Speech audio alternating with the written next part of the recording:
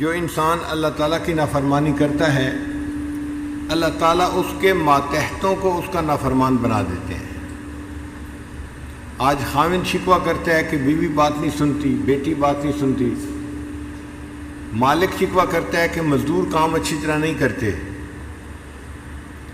بنیادی وجہ ہم اپنے مالک کی نافرمانی کرتے ہیں، اس کے بدلے اللہ تعالیٰ ہمارے ماتحتوں کو ہمارا نافرمان بنا دیتے ہیں۔ فضیل بن عیاض رحمۃ اللہ علیہ فرمایا کرتے تھے کہ جب کبھی میرا گدھا میری بات ماننے سے انکار کرتا ہے تو میں غور کرتا ہوں کہ مجھ سے کہاں گناہ سرزد ہو گیا جس کا اثر میرے گدھے کے اوپر آ کر پڑا ہے۔ تو آج جو اولاد کے شکوے کرتے ہیں نا، حضرت دعا کریں، بچے تو افلاطون بنے ہوئے ہیں، کوئی سننے کو تیار نہیں ہے بات، ہم اللہ کی بات سننے کو تیار نہیں، اولاد ہماری بات سننے کو تیار نہیں۔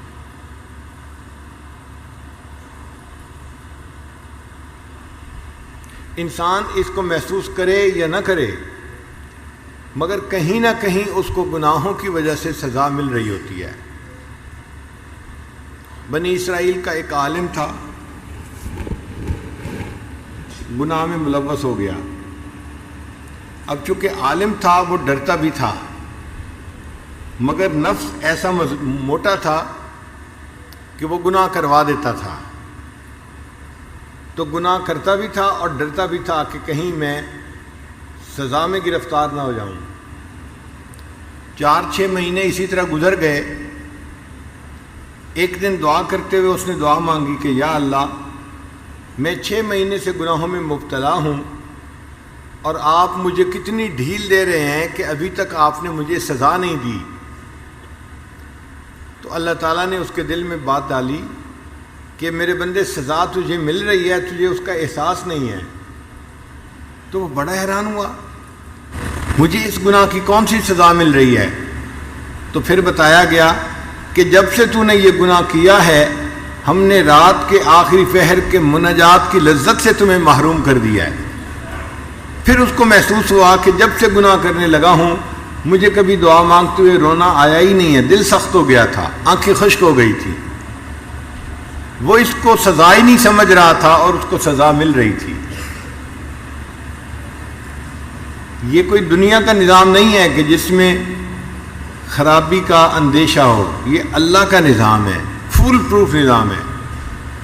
ہم نے دیکھا ہے کہ جن ملکوں میں قانون اتنا سخت نہیں اپلائی ہوتا وہاں پہ عوام شور مچاتے ہیں۔ کئی مرتبہ ہمیں امریکہ جانے کا موقع ملا تو جب ہم لاہور یا کراچی ایئرپورٹ پہ ہوتے ہیں نا تو مسافروں کے انداز ہی اور ہوتے ہیں، ذرا سی بات پہ ایک دوسرے کے ساتھ بات کر رہے ہوتے ہیں، بحث کر رہے ہوتے ہیں، ایسے لگتا ہے جیسے کسی کو کسی کا ڈر خوف ہے ہی نہیں، کیونکہ ہر بندہ سمجھتا ہے کہ اگر کچھ ہو گیا تو میرے پولیس میں کنٹیکٹ ہیں، حکومت میں میرے کنٹیکٹس ہیں، تو میں اپنے مسئلے کو حل کر لوں گا۔ اور یہی سواریاں جب جہاز پہ بیٹھتی ہیں اور نیو یارک ایئرپورٹ پہ اترتی ہیں تو ہم نے انہی بندوں کو بڑے غور سے دیکھا، اتنے قانون کے پابند بن جاتے ہیں، کوئی منہ سے بات ہی نہیں نکالتا اور لائن بنائی ہوئی ہوتی ہے اور آرام سے کھڑے ہوتے ہیں، نہ جلد بازی ہے نہ بحث مباحثہ ہے، سادے سیدھے ہوئے ہوتے ہیں۔ کیوں؟ اب ان کو پتہ ہے کہ یہاں قانون کی گرفت ہے، اگر ہم کچھ کریں گے تو ہمیں فوراً سزا ملے گی، تو سزا ملنے کے ڈر سے انسان قانون کی پابندی کرتا ہے۔ اگر ہمارے دل میں یقین پکا ہو جائے کہ ہم اگر گناہ کریں گے تو اللہ تعالیٰ اس کی ہمیں سزا دیں گے،